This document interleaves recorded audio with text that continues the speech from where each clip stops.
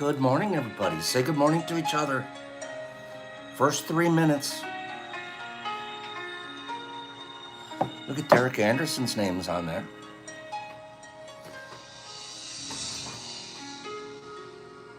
Good morning, everybody.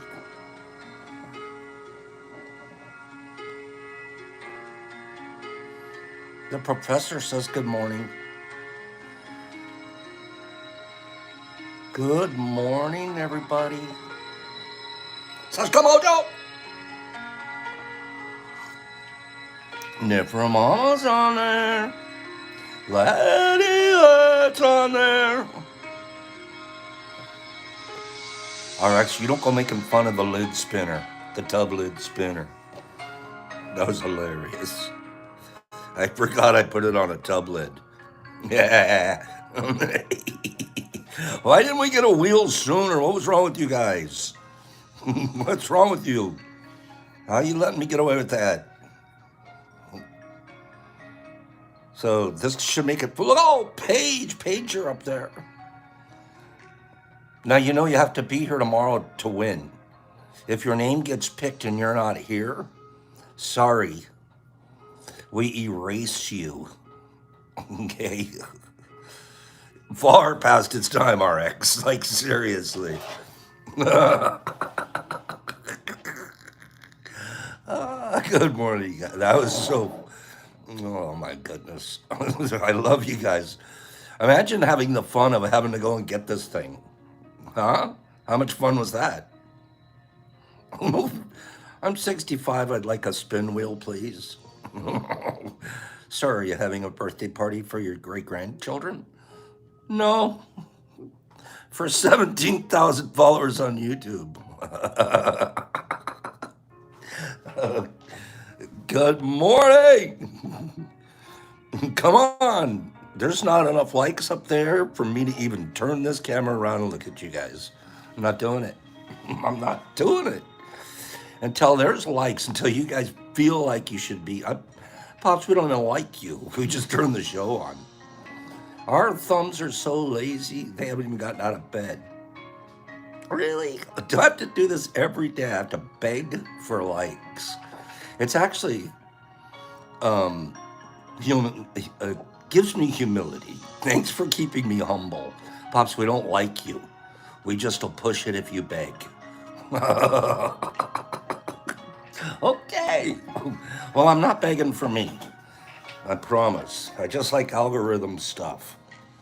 Oh God, I've been reading stuff about algorithms. AI, oh my goodness, it's getting crazy. AI, there's stuff that's actually smarter than us. I'll explain. I'll explain. Okay, let me explain. I was listening to, I forget the guy's name now. It was an article, it was on TV. Interview. He is considered the father of AI. Forget his name. Brilliant scientist guy, right? He's considered the father of AI. And he's retiring. Boop, I'm retiring. Pretty old fella. And he, along with a couple of his students, had written this just groundbreaking paper and just pushed AI to new levels. I think he was involved with Chat GP. No, what do they call that one? What is it called, you guys? Chat GT. What's that one? There's an app, something. Anyways, Chat GPT. Thanks, Chris. Chat GPT. He was founder on that whole deal too. Here's what he was explaining, and I hadn't thought of it this way before. See, my brain, my single brain, let's pretend each of our brains is a computer. Each one. My computer receives its input, right? My life experiences, everything that goes on in me goes into my brain.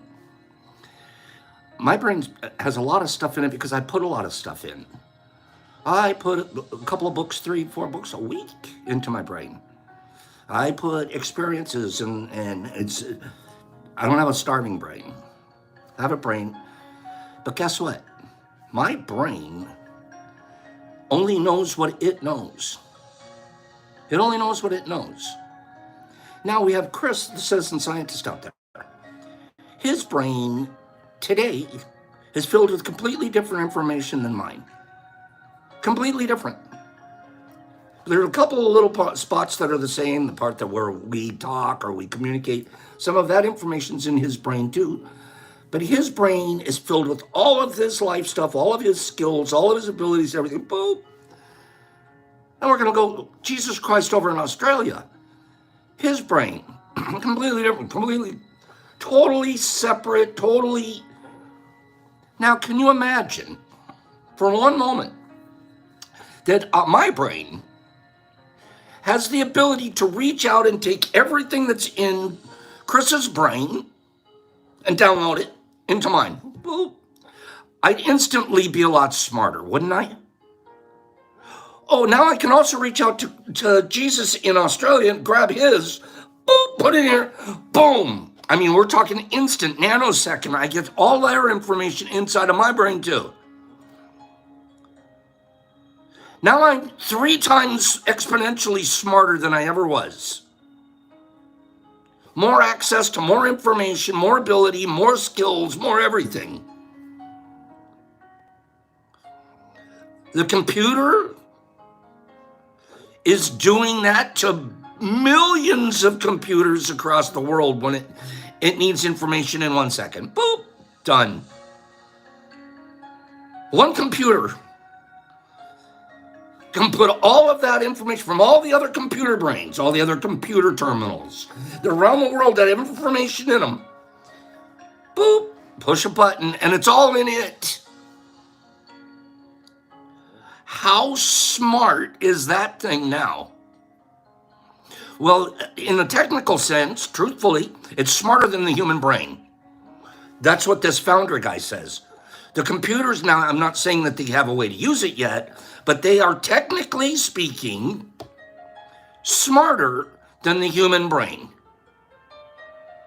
We think we're the smart, he says, the humility, we think we're the smartest things on the planet. We're not.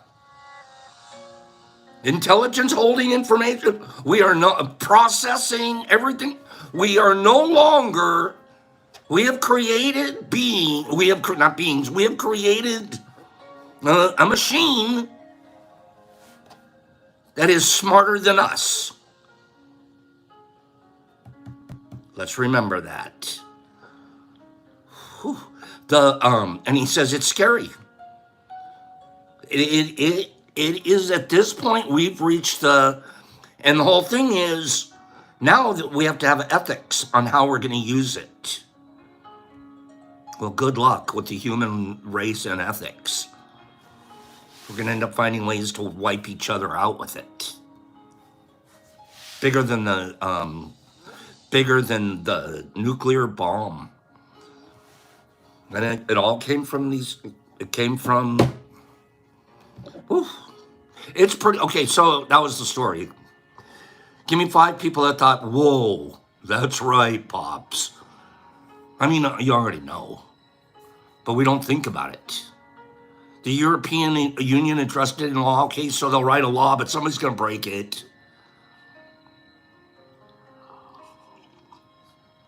Can you imagine creating something smarter than you? That's what we've done. Here's all the power. Here's everything we have. I'm a little dumbass pushing a couple of buttons. We have to be careful too now, knowing that kind of stuff. Crazy.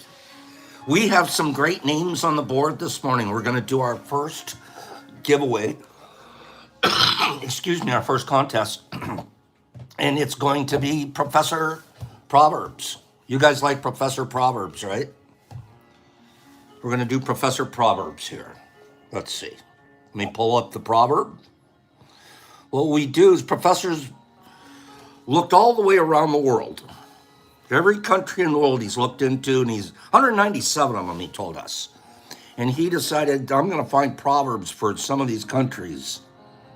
Okay, Satter Wolf, you're on the list. Be on this wheel. Hope you're here tomorrow, bro, because we're spinning. So good luck tomorrow.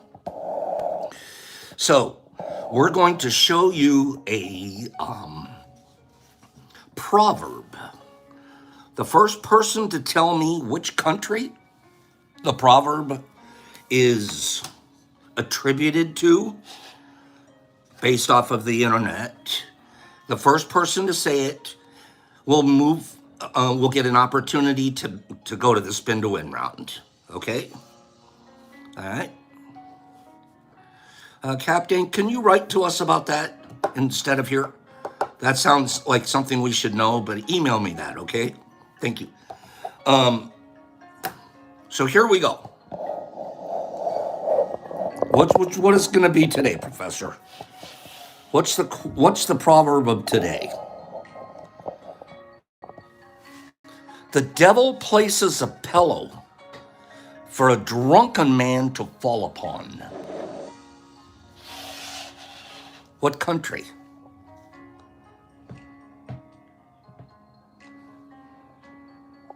The professor.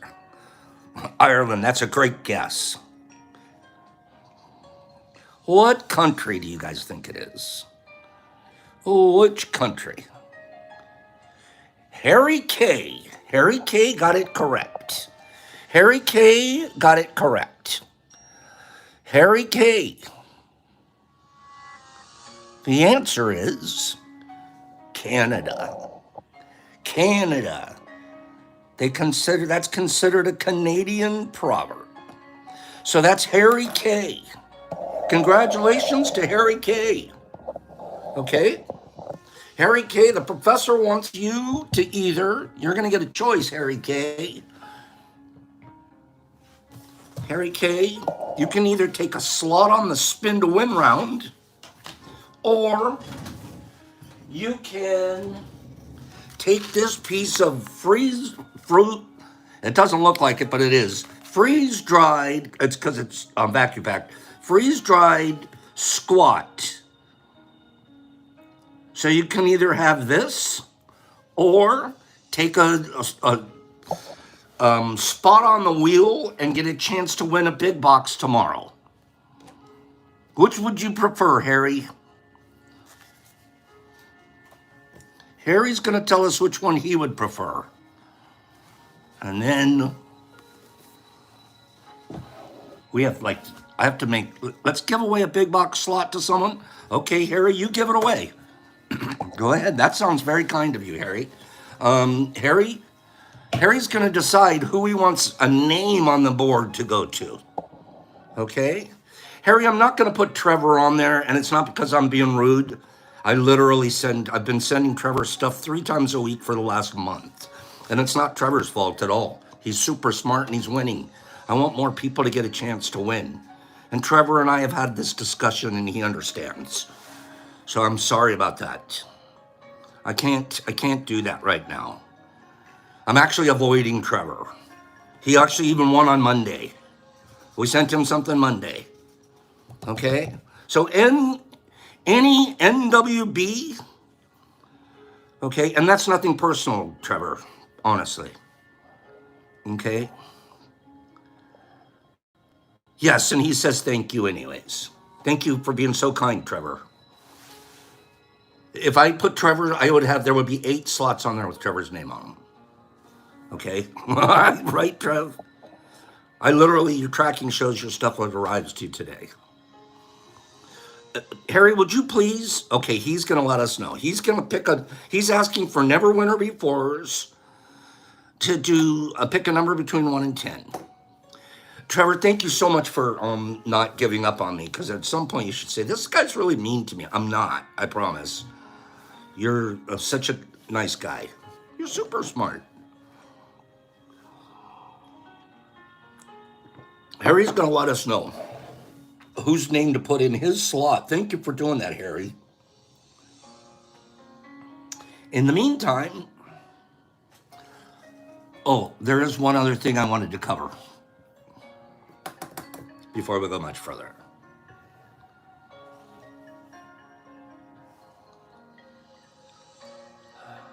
So it's Michael Brown, Harry K. Is that who we've got for the board? Michael Brown?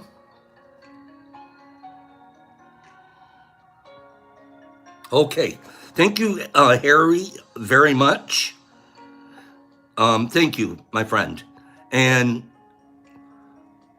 Michael Brown, your name will be on the wheel tomorrow morning. Congratulations. Good luck, Michael Brown.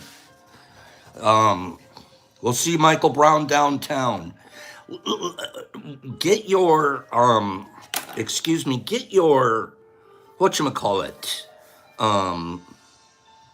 your thumbs ready or your notepad or something like that and make a note to yourself, please. CCS here. It's been a huge support to in the background to Tea with Pops with some technical issues sometimes, but more the website. Couldn't be on the website and be doing what we do without that man. Besides, there's so many other neat things about him, especially when you meet him in person. He's one of those guys that have this placidness, just this an overt calmness. And it just like, if you saw the guy on the bus, you'd go, that guy's trustworthy. That's the first thing I thought of when I met him, and it's been true ever since. There's a lot of other neat things about him besides he's super smart. Why am I blowing up his balloon right now? Because he started another web page, not web, well, maybe he'll go to web page too. He should. IG page. It's called Unveiling Period Shadows. Unveiling Shadows.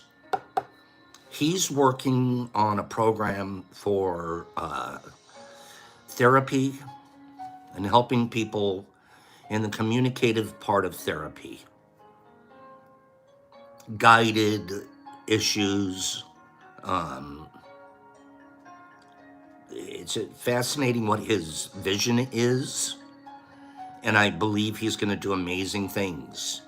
But we want to help him get started. Get him a bunch of followers, would you please? I want to see a whole bunch of followers on Unveiling Period Shadows. And let's find out what he's all about and give him some support. I bet you, and I wouldn't say that if we didn't trust him completely. We only put our names and our image and likeness behind people we trust completely. So get over there. I want to see a bunch of Unveiling Shadows on IG, but there's a period. It's Unveiling Period Shadows. Okay?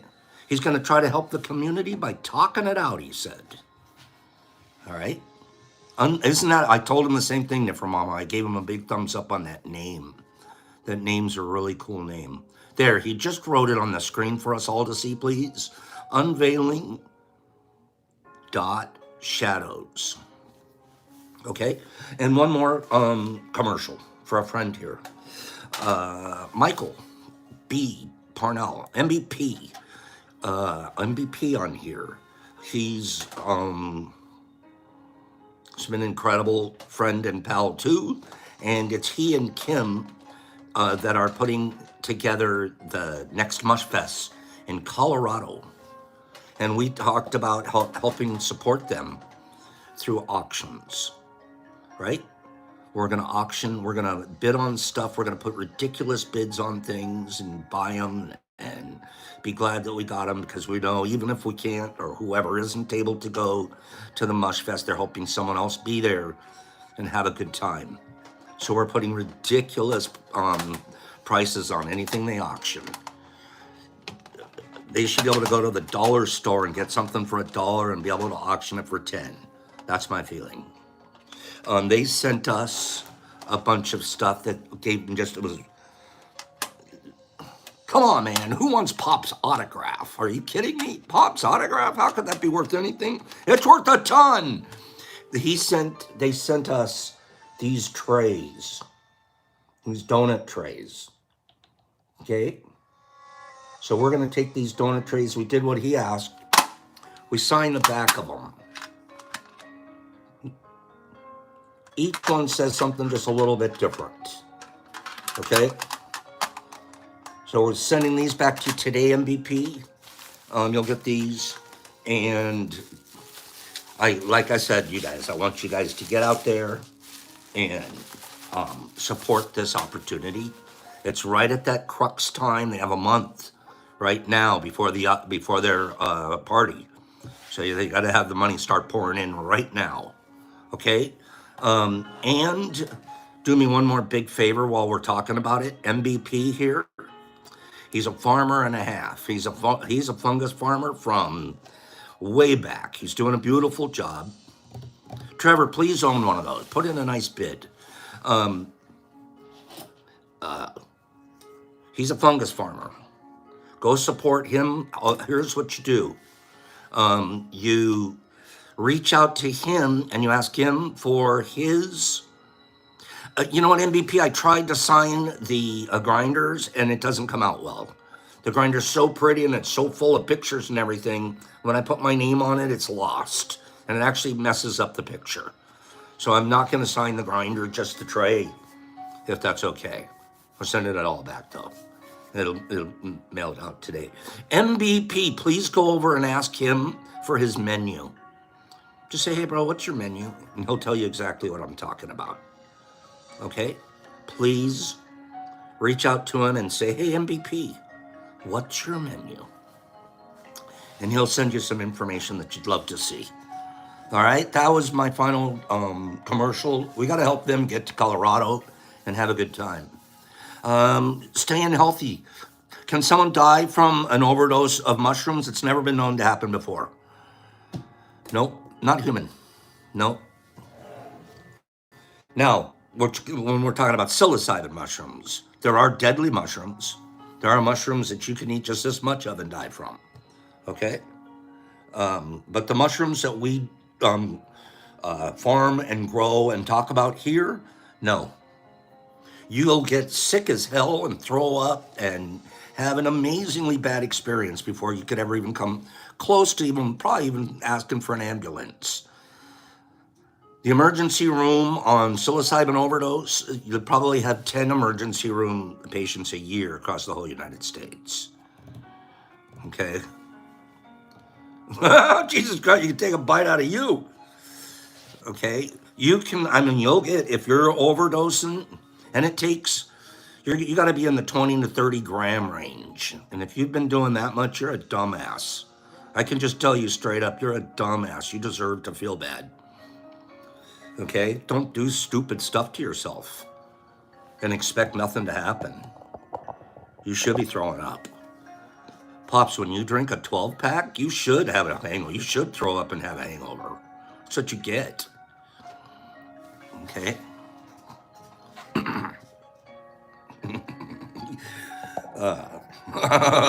Sorry, Green Killer. I didn't mean to kill anybody there. There, MDK, there's more visits in the ER over panic attacks on marijuana than there is on shrooms. Okay? And it's very easy to find out what your limit is. Pop's limit is not very much. A couple grams and I'm surfing the couch. I'm like, oh, geez. Oh, when's this going to get over? Oh, man, I shouldn't have done that. Oh, I thought I was having fun, and then all of a sudden the couch needed me to come and hang out with it. Oh, how long is this going to last? And you're sitting there, and you're hoping it doesn't last very long. Pretty soon it's over. Anybody ever got caught there? You're nowhere close to the ER yet. I'm not calling a fireman yet. Okay. Rando facto. We have to do a couple of rando factos. That's no fun when you get there. So it's like 2 grams got me there. That's it, man. Next time 1 and I'm good. You learn very quickly when you learn how to self-medicate. We call that self-medicating. Am I right?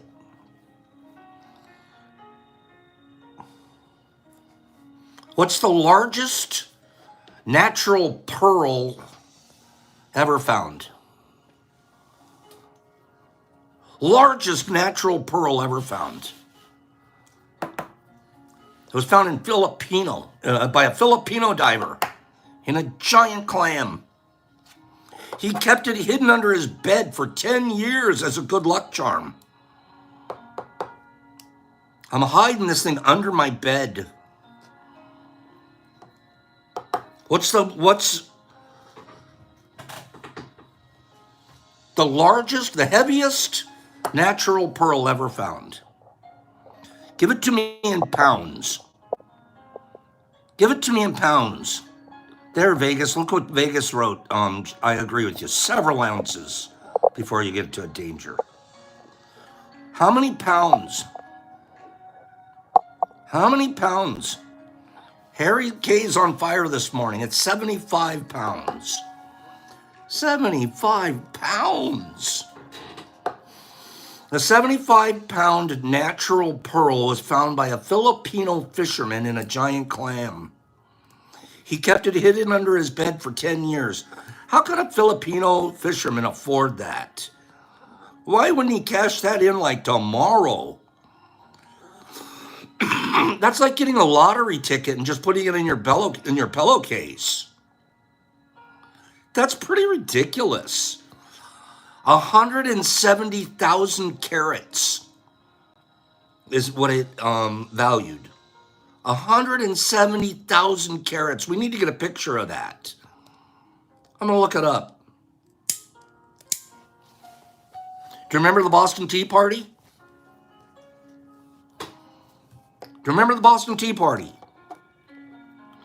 Where a bunch of American guys, a bunch of patriots got dressed up as Indians, and they jumped on board those British ships and threw all the tea overboard because they were charging too much on taxes. And they're saying, hell no, we're not going to pay the taxes. We're going to be criminals. We're going to be hooligans. We're going to throw all this stuff in the harbor. And then that stuff floated around in the harbor, all this tea. Thousands and thousands and thousands of pounds floating around in the harbor. They had to clean the harbor up. Do you remember that story? Can you imagine how much tea? I wonder what it would have looked like. Do you think it was individual bags or crates? Derek Anderson, that's exactly where we're going with that. Massachusetts Bay, to this day, registers caffeine. The Massachusetts Bay and the Boston Harbor, to this day, register 1,600 nanograms.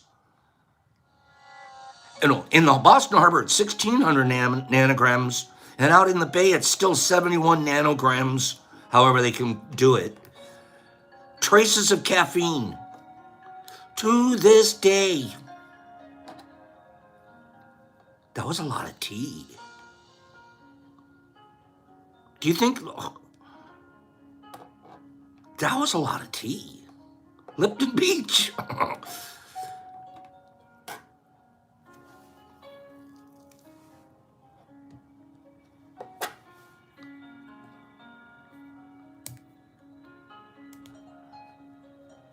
Anybody ever wanted to be Tarzan?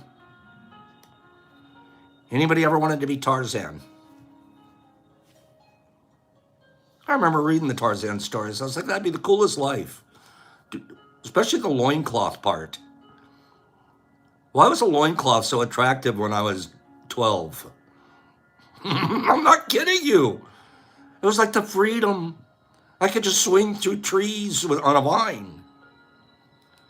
Do you remember? Was there anybody, Jane, who wanted to be Jane? Did any of the girls want to be Jane? Did you like her outfit? Do you remember the outfit that Jane wore? Was like Tarzan's outfit, sort of like Stone-aged Speedo. Mellis, of course I wanted to be Jane. Kitty, you know you wanted to be Jane. Don't lie, girls. More girls wanted to be Jane than boys wanted to be Tarzan. That's official. Everyone knows that. I just made that rando facto up. More girls wanted to be Jane than boys wanted to be Tarzan. A couple of you goofballs wanted to be Cheetah. Admit it, Herbie. Herbie's like, I kind of like the Cheetah role. Yeah, I know. Who wanted to be Tarzan? I'll be Jane if Alex Skarsgård is Tarzan. Why does the Tarzan, let's get a pop look. Why does the Tarzan story still resonate with us? We're in the year 2023, computers are smarter than us, and we still are like, that Tarzan, that would be kind of neat. Seriously, why? Why does a girl still want to be Jane? Is it primal? Are we getting in touch with our primal? Going back to nature, being nature. Paige says we just crave a simpler life, Pops. King wants to live free. Do you think Tarzan had to, let me ask this. Did Tarzan have to deal with mosquitoes or was he mosquito proof? We went fishing 2 weekends ago and we were attacked by moths. Ruined the fishing trip. Just everywhere you went, there was a cloud of moths around your head. And you go, nature's cool until the insects come and get you. Did Tarzan have to deal with them? I don't think so. I think he was like, you never see a mosquito and Tarzan in the same picture. Not even an ant. Never a spider. What happened? Why is Tarzan never around an insect? Hip Kitty's just simple. He spoke to them, don't bite me. Seriously, think about it. Or maybe, how does Tarzan and Jane get away with no insects? Another thought, very quickly. I know this is adult topic only. Where did they make Whoopi? Where? In the tree or on the ground? Would they ever do it swinging? Were they the original swingers? Never mind, they're doing it everywhere. In the butt, Bob. That's where they're doing it. No, stop it, kids. Patchy's like, they could do whatever they want. Okay? Think about it. You got the hottest chick in the jungle. She swings by you on a vine. What are you going to do about it? You're going to tell Cheetah, get out of here, right?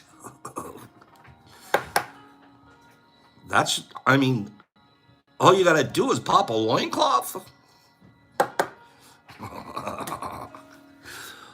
Wow. Pops is getting carried away. But the girls like it because they're like, yeah, I just swang by Tarzan. Okay.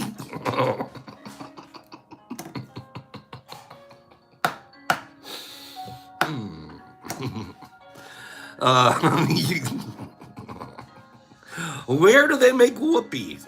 In the butt, Bob? No. I'm so tired of that answer. No. Brandon, Tarzan starting an OnlyFans page. You're stupid. That's so dumb. What was Brock doing? Brock swinging in the background. No. Okay, here we go. How would you like to be 4 years old?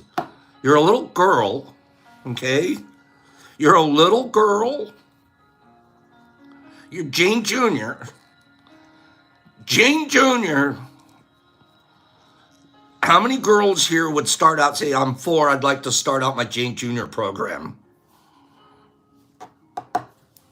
Not the guys, forget it. Tarzan, we're not talking to you right now. We're talking to Jane Juniors. Any girl here want to be in a Jane Jr. program? Sort of like the Girl Scouts. Sort of. What do they have before the Girl Scouts? Brownies. It's like being a brownie. You know, I was in the Boy Scouts, but I got kicked out. I got kicked out. Ask me why. Pops, why'd they kick you out of the Boy Scouts?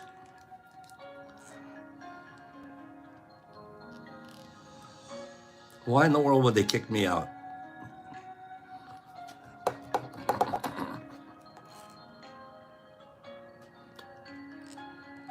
MVP just said it. For eating a brownie.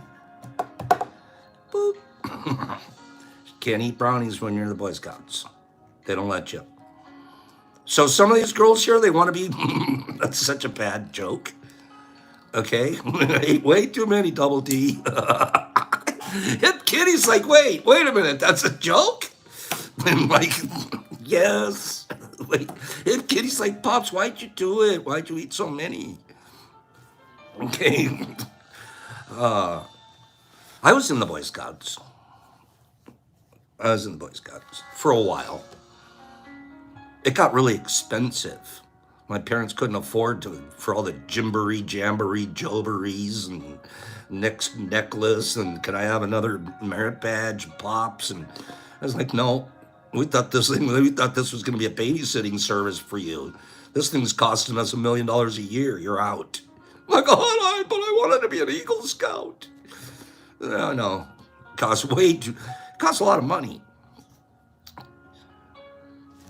Okay, here we go. I've done all of this because I was stuck on a rando facto. You guys ready for the rando facto? 4-year-old Marina Chapman was kidnapped from her home in 1954 in Colombia. Little Colombian girl. Kidnapped from her home, she's 4. Jane Jr. That's about the age of starting in the brownies. Maybe they started 6 or 7. She was abandoned in the jungle by her kidnappers. That's when she experienced what would put Tarzan's story to shame. Weeper capuchin monkeys took her in and raised her. Capuchin monkeys took her in and raised her. And she spent the next 5 years sharing food, sleeping, and battling predators or rival groups of monkeys alongside her adopted monkey family. Wow. There's more to the story. We'll discuss her some more next week. Fascinating story. It's a true story. Can you imagine Jane Jr.'s? What would your life be like today, Niframama, if you'd have, like, when you're 9 years old, you've spent 5 years living as a monkey? Wow. Well, number one, I wouldn't want to get a fight with you. I'm not coming near. Number two, if I'm going to get in a fight, I'm taking you with us.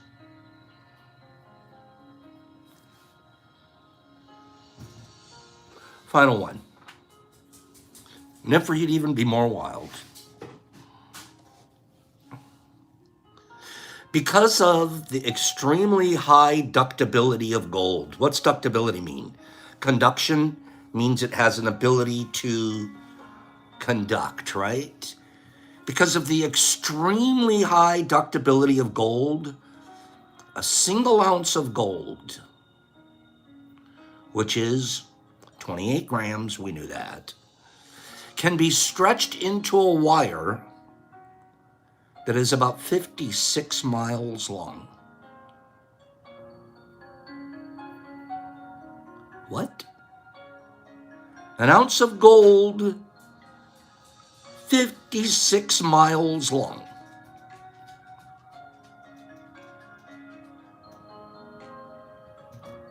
Wow. One single strand.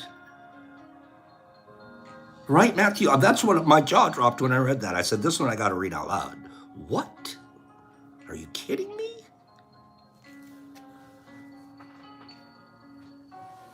If you gathered and melt down all the gold that was ever mined in the world, it would fill about 3.5 Olympic-sized pools. That's it. I think that there's like, pyramids made out of it and stuff. Can you imagine? 3.5 swimming pools full of gold. That's it. I hate gold. I watched that Gold Rush show. Just to come up with these little powdery nugget like that. They have just raped the landscape. Raped it. Oh, but we're going to reconserve it. We're going to put it back to... You'll never put it back to the way nature informed it to be today. All of that, all of everything, and then the amount of petrol, the amount of diesel and stuff that they're using, the carbon emissions that are going into the planet, all of this raping the planet. Just look at some of the long-range shots of some of those.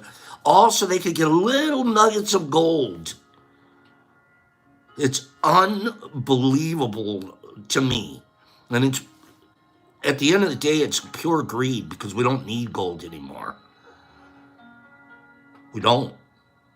We have so many other elements that work the same as gold, if not better. And it's all because we, as the civilization, said that element has a value. Fuck that value. Diamonds are just the same. Just the same. We have cutting things now. Diamonds used to be, at least it had an opportunity to be, used for cutting. We have stuff that cuts far better today. I can't believe, and I watch the show too. It's a shame.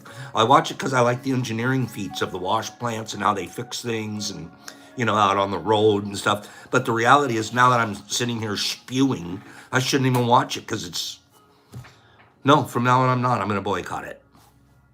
Makes me sick. Ugh. Why am I watching that show? Sorry, Pops. So, our subject for the week.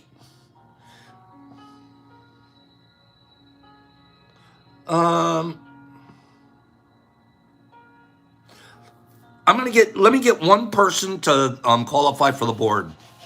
Okay? Diamonds are disgusting too. Okay? And you're right about that too, Badgie. It's like they've already done the fix, et cetera, et cetera. I can't believe what they do to our earth. Okay.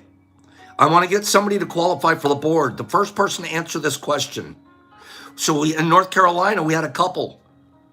Their name was Zelmira. How would you like that name, ladies? Zelmira. Hi, Zelmira. Zelmira and Herbert Fisher. They got married on May 13th, 1924. They have the longest marriage ever recorded. How many years did it last? Go. Longest marriage ever recorded. Zelmira and Herbert Fisher. How long did it last? Answer once, please. You guys are all hitting right around the number. We've already ignored one right answer. Tin Can. Tin Can. Tin Can's the first one on my screen besides Trevor Slater to say it. And it was the longest marriage ever recorded, lasted 86 years. 86 years. Mr. Tin Can. Tinny the Tinny Tin Can. Hold on a minute. Mr. Tin Can, 86 years. They stayed together until Herbert passed away in 2011 at 105 years old. Herbert Herbert died at 105, and then they're 86. They didn't get divorced. It was because Herbert passed away. Tin Can. Which would you like? Would you like a slot on the board? 2011. That wasn't that long ago. Would you like a slot on the board? Or would you like this freeze-dried Melmac, squat Melmac? You can take a spot on the board, or you can take this freeze-dried Melmac, and I'll send this to you today. Their marriage was 86. That's right, Aaron. So we're looking for an answer. Tinny can take a slot on the board. He's taking a slot on the board. You got it, Tinny. So Tin Can, I'll have a slot on the board there for you. Okay? We have a couple more slots that we need to fill up here today, so we'll have a couple more questions here for you guys. Hang in here with me if you please. But you know what we're going to start today? We're going to start a beginner's guide to mycology. We're going to study a little bit of mycology together. Okay? Mycology has impacted your life, I guarantee it.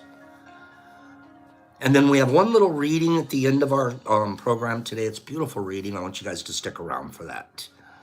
But let's talk about some mycology right now. Give me 5 people, say, Pops, let's talk about mycology. Was Rando Facto interesting today? Badgie, I have all the answers.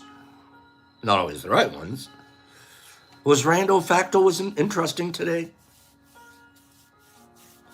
We always learn stuff over there, don't we? Tarzan, that little girl 4 years old. And then we found out most of the girls here wish they were Jane. So we're now going to read a little bit out of a pamphlet called A Beginner's Guide to Mycology. Mycology has impacted your life, I guarantee it. Whether it was that penicillin you took to get better, or those cultivated mushrooms you ate for dinner yesterday, you have mycology to thank. Mycologists are scientists who dedicate their careers to all things fungi. Microbiology. You guys know this. Where's my other resource? Microbiology. I'm going to post this in a minute. Hold on, please.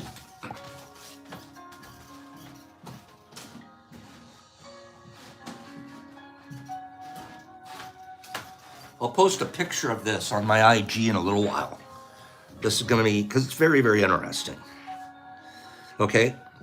But microbiology is the big father branch in science that mycology belongs to. Okay? How many branches are there of microbiology? We have biology, microbiology, and then under microbiology, we have branches. One of those, under microbiology, is mycology. How many branches are there in the science world? How many branches of microbiology? The answer is 4. There are 4. There are 4 branches of microbiology. Mycology being one of them. Bacteriology being another. Bacteriology is the study of bacteria. Mycology is the study of fungi. Phycology is the study of photosynthetic eukaryotes. Protozoology is the study of protozoa. I misspoke when I said 4. There's 5 here. There's 5, excuse me. The 5th one is virology, the study of viruses. So as we can see, you'll more narrow down the field of focus from biology to microbiology to mycology. Okay? And now we're talking about mycology here. It may be surprising to hear that mycology is not a booming discipline. It's not one of the biggest classes in your local universities. Most universities don't offer programs in mycology, and this doesn't seem to be changing. Fungal pathogens infect over 1 billion people worldwide. They also destroy 1/3 of global food producers. Why aren't there more mycologists working on this stuff?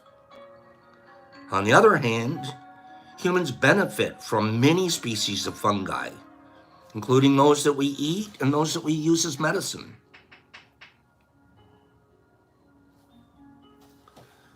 How are mycology, mycorrhizae, and mycelia different? How are the three things different? Mycology is the study of fungus, which is an entire kingdom of life. It's now a whole kingdom of life on the taxonomy scale. It's not a plant, and it's not an animal, but it's its own complete kingdom. Mycology is to fungi as botany is to plants. Most scientists consider mycologists to be a type of microbiologist. To date, scientists have named over 70,000 fungal species. Researchers believe there are up to 20 times that many funguses out there. We've only found and labeled 70,000. Another 20 times that. What's 20 times 70? That's like 100. That's 1.4 million. There's another 1.4 million species out there that we haven't even, and he's going to explain why. Mycology became a lost discipline. They stopped even studying it. It almost went into, this is the weirdest science, it went into its own dark age. We're literally coming out of the dark ages. You and me are helping pull mycology out of the dark ages. When we start demanding it in some of the university programs, it'll get there. But it's not. They're spending more time on pesticides than they are on fungus.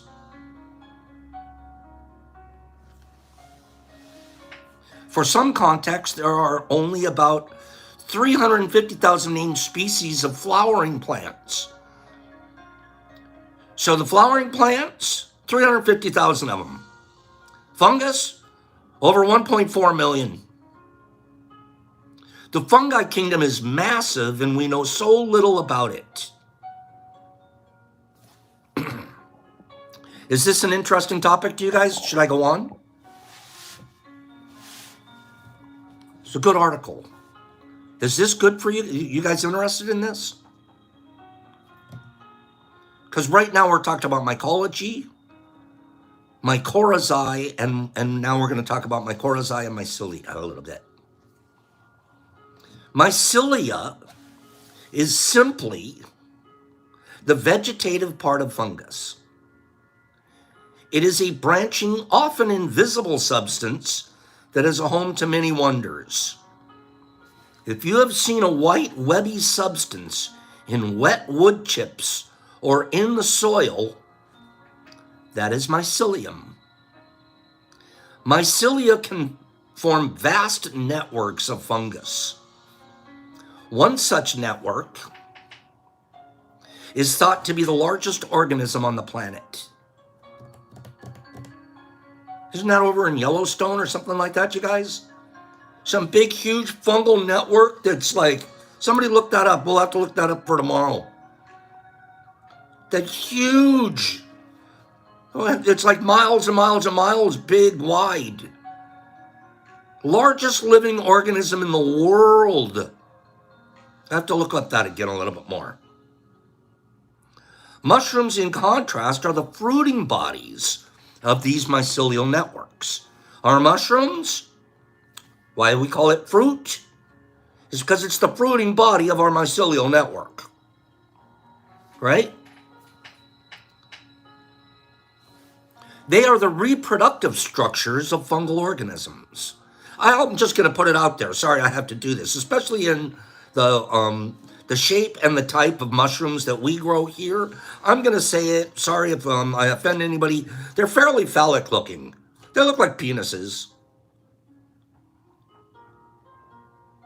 Big penises, little penises, misshapen ones, alien ones. This penis, this guy had a good one. This guy had a... Oh, gee, what happened to you? They're a bunch of penises. I think of them that way sometimes.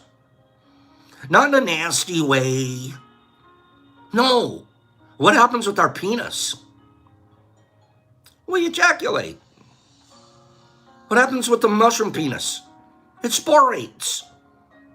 It gets the spores out. Maybe one of those little sperm spores lands somewhere and something good happens and whatever. Okay? But that's what I think of. And I'm sorry, I don't even quote it everyone else and say it, but it's really what it is. That's what's happening in nature. And here's what happens. When does that mycelial network decide, I better pop a penis and shoot some spores? When do they think of that in nature? Well, because they're natural creatures. It's when they need to reproduce. If they're swimming along happy, everybody's good, it's a nice warm atmosphere, humidity's good, leaf coverage is good, nobody's bugging it, they're just going to keep networking in the mycelium. They just keep blah, blah, blah. You come along and threaten that mycelial network, you might die. I'm going to pop a penis and shoot some spores out before you'd kill me. That's what happens. So it gets threatened, which simply means its environment changes. It's no longer in X environment, it's now in Y.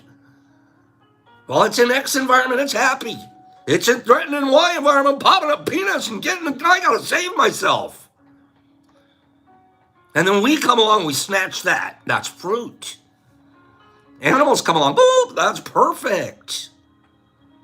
Apes come along, they take that and they turn into humans.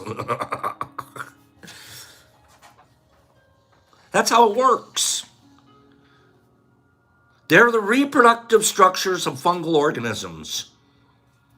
If we compare fungus to a peach tree, the mycelia would be the roots, the wood, and the leaves of the tree.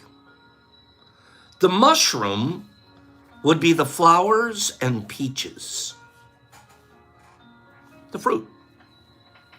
Mycorrhizae are the mycelia that grow in symbiotic relationship with a plant host.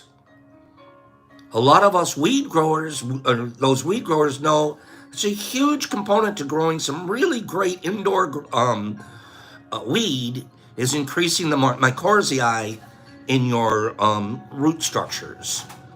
This article just says we'll talk about more on that later. Okay? The origins of mycology. Humans have an older relationship with fungi than with agriculture. Duh. We've been gathering for longer than we've been farming, right? The hunter-gatherer has been around longer than the farmer. So we've had a longer relationship with fungi than we have with agriculture. By analyzing plaque on ancient human teeth, scientists revealed that hunter-gatherers in Europe ate mushrooms as early as 18,000 years ago. Ever since then, our species has found hundreds of use for this kingdom of life. In the late 19th and early 20th century, this is your Beatrix Potter time. This is your Naturalist Society in England, people. This is when natural history is becoming really important in enlightenment. late 1800s, early 1900s. In the late 19th and early 20th century, groups like the Mycological Society of America and the British Mycological Society began to organize mycologists into a broader community. You're only talking 120 years ago, you guys. More recent groups, such as the North American Mycological Association and the International Mycological Association, have bolstered the mycological community. By publishing groundbreaking research in their scientific journals, these societies have aided the development of mycology around the world. The next part of our article is going to talk about trends in mycology. Where's trends? Where was it? Where's it going? We'll pick that back up tomorrow. We're going to pick that back up tomorrow. Okay?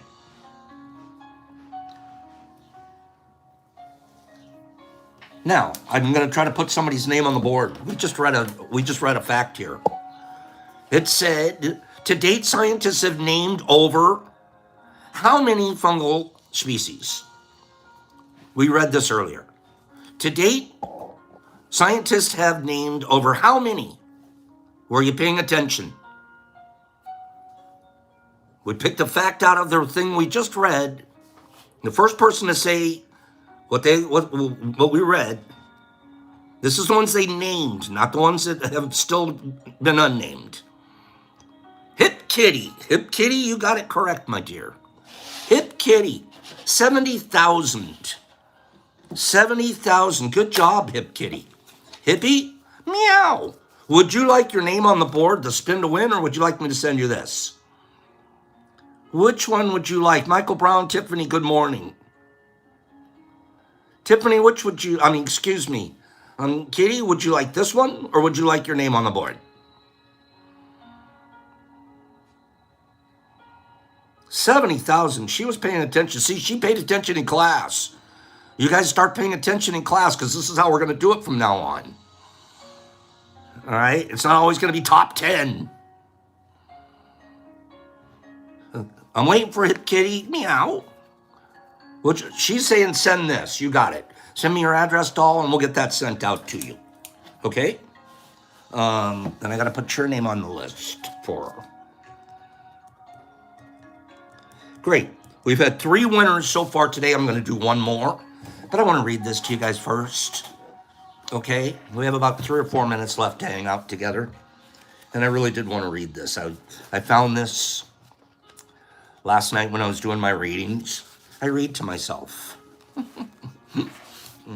You guys know Pops reads a lot. Okay?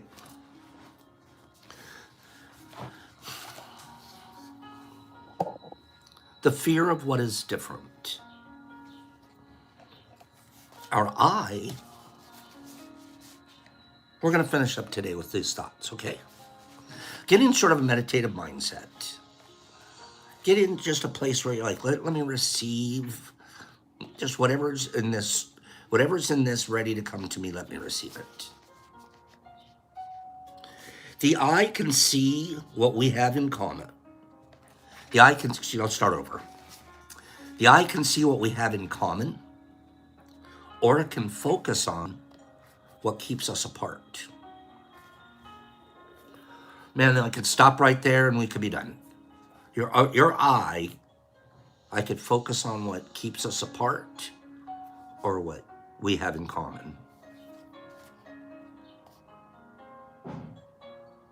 Imagine the power of that alone. That's like, wow, powerful. The heart can feel what joins us with everything, or it can replay its many cuts.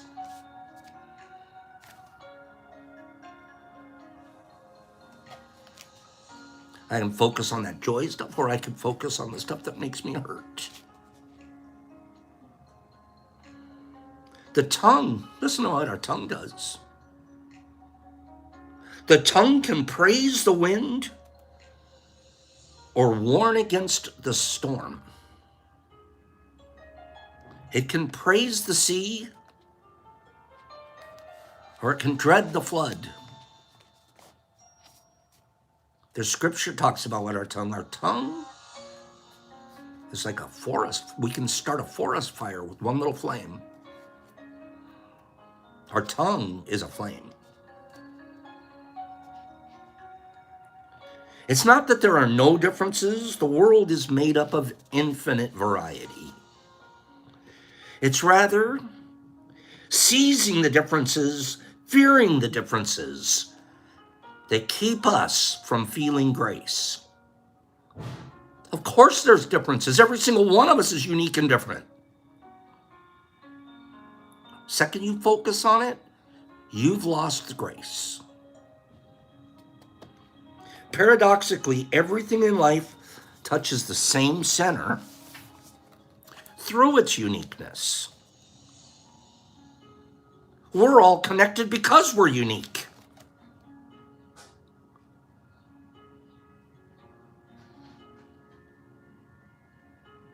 That's an amazing thought. I'm connected to you because I'm completely unique from you. This way, no two souls are the same, though they breathe the same air.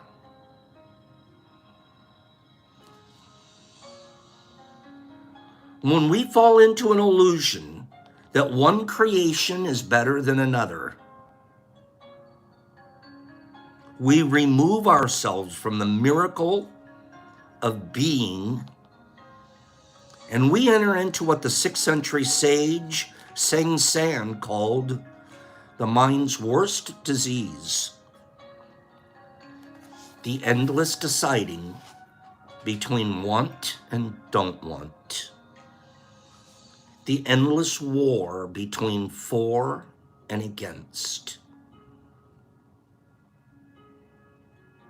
The minute we take our eye off of focusing on our uniqueness and we prefer one over the other, the minute we go there, the nanosecond we go there, we've just lost peace, we've lost grace. We've entered into the place of the mind's worst disease. We are now entering want and don't want. I want that more. I don't want that. I want her. I like that type. That would be my favorite color. That's a better one. This one isn't as good as that one. You're no longer looking at the uniqueness of every single one and experiencing the grace of each and every one at the level of its uniqueness. Instead, you're in want and don't want land. Mind disease land. And then what happens? You start comparing. I have, I don't have. Now there's no peace. I'm for this, I'm against that. And that's what we were programmed. We haven't been programmed. We should be so in love with each other's uniquenesses. Not, wow, they don't look like me. I don't want you to look like me. I'm tired of me. I want to know more about you. So let's remember that. The uniqueness of us is what makes us, when we celebrate that without judgment and without want. I don't want anything you have. I don't. I don't want anything you have. I barely want the stuff I have. The only thing I want is just to keep doing good stuff. I'm so over want. Let's get over want. Let's move straight towards it's great just the way it is. Let's run straight towards what we talked about yesterday, Terrence McKenna. If we just hurl ourselves into things That's where the passion lies. You're not focused on anything else or anyone around you, or what do they have, or what I don't have it, and this is bigger than mine, and that should be faster, and this is slower, and none of that happens when I'm hurling. Let's go back yesterday. I forgot about one thing. He didn't say hurl yourself. He didn't say that at the end of the quote. Hurl yourself into the abyss. He said hurling. It's an active process. It's happening constantly. I am hurling. I don't get to wake up this morning and say, okay, I got done, I hurled. I have to keep hurling. I had to get over to the grow house. I had 147 tubs that need me. I'm hurling. I didn't hurl yesterday. Oh, I'm good. I hurled. And how come the world isn't taking care of me now? How come all my impossible dreams aren't coming true? They come true because I'm hurling. And as I'm hurling, I don't want anything. I'm passionate about what I'm doing. All the want. I got to have the biggest boat. We go fishing on Saturdays. I look at some of the other guys' boats, and I remember I used to want that boat. I used to think if I could have a boat as big as his, I'm going to go down to the boat store. I'm getting a bigger one. I'm going to write a check right now. How sick. I get in the best fishing boat on the planet right now. It's the one that comes back with the limit every time. And it's got two of the nicest human beings on the planet on it that have accepted me as their friend. Just the way I am. That's better than any boat you could ever float in the world. Carried away, Pops. Don't want. You don't have to want anything. But we do because we compare. It's bigger, better, faster, more, less. Just be careful. Focus on that thing you're hurling into. And your life will stay really, really safe and secure. And do it with as much impeccability as you possibly can. Final giveaway. Let's do our final giveaway for today. Pick a number between 1 and 50. You can pick 3 numbers at one time. Go. I've got the number. Go. I have the number. Between 1 and 50. Thank you, Grady. Between 1 and 50. Okay, I see somebody here that already got it correct, but I'm going to keep going because they're already on the board. So I'm slipping past that person. Okay, and we're going to keep on going. We're going to find a new person. Okay, the Waz, 22. Okay, now Satter Wolf, you said 22 as well, but you're already on the board. So I'm going to go ahead and give it to 22. That one's going to the Waz. Okay? The Waz. Wazing it up? Waz, which would you prefer? Your name on the board for tomorrow's spin? Or would you like me to send you a fruit like this? It'd be about a 1 gram piece of freeze-dried, which are very strong. Freeze-dried, they're doubly as strong, we think. All right? We can go freeze-dried fruit to you, guaranteed that you'll get that, or we can put you on the board for tomorrow. Which would you prefer, Wazzy? You let me know. And Satter, that was a great job guessing first. But I slipped past you. Okay? I had to get someone else on the board. Which would you prefer? We're waiting on the Waz to let us know. It's been a beautiful day here today, you guys. Thank you for being my friend.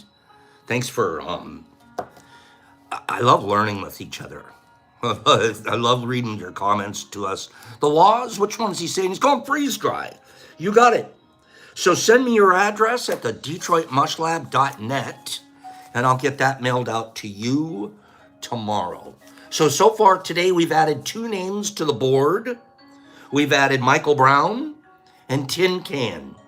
They'll be on the board tomorrow. And then Waz and Hip Kitty both had a chance to get on the board, but they went with their freeze-dried fruit in the mail. Okay, so we did really well today.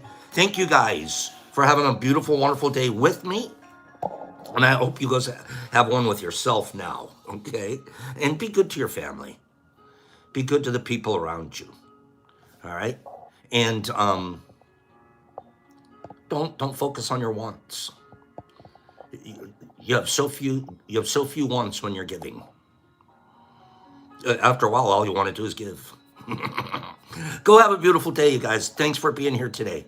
MVP and Satter Wolf and Kent and the Waz and Niffy Mama and Jesus Christ and Harry K and Ego. Harry, thanks for giving away your slot there today. That was kind of you. Ego and Billy D and I Losty and Kent and Jolie the One. Nippy and RX, see ya, bud. And Holly, have a wonderful day. I Losty and Slingy and Dumb Bud, have a good day. And much love to Satter Wolf, MVP and Big Al. And I miss you too, big guy. CCS. Don't forget, Unveiling.Shadows. Unveiling.Shadows. Get over there. Holly M, love you, girl. Slingy. Holly, I'd love to see you in your junior Jane outfit someday, okay? Free the Ancient Ones. Have a beautiful day. Jesus Christ and Cleany and Niffy. Niffer Mama with a Niffer baby. And Benny Ben. Hey, Benny. And Bill Flynn, hi Billy, and Mike Barabal, and Joey Portunalo, and Sling in Vegas. I only have eyes for you. And the Waz, and D. Anderson, and Hip Kitty Meow, and Aaron Leister, have a beautiful day. Holly Mushmouth, peace out. Lady K, you're fabulous. Herbie, Anthony the Big Man Thornton, Mike Barabal City, Holly the Waz. Justin, it's okay, Med Rosie. Great Unknown, Carrie Craig, oh hi Carrie, Harry K and Free the Ancient Ones, Sandy, Lotta says bye. Mush magic, Captain Tank, boom, Kent. How you doing, Kent? Have a good day. Jesus Christ and Achilles Chip and Silly Gal and Billy Flynn and Saskamoto and Mike Marble and Anthony and MVP and Paige and Herbie. I'm screaming down the list here. Jesus Christ and Deadhead Wizards here. Holly M, Mushmouth, MVP, Holly M, Jesus Christ, MDK, Mike Marble, Jesus Christ. Pops can take a deep breath now and go to the grow house and get to work. Pops, peace, love each other. Out.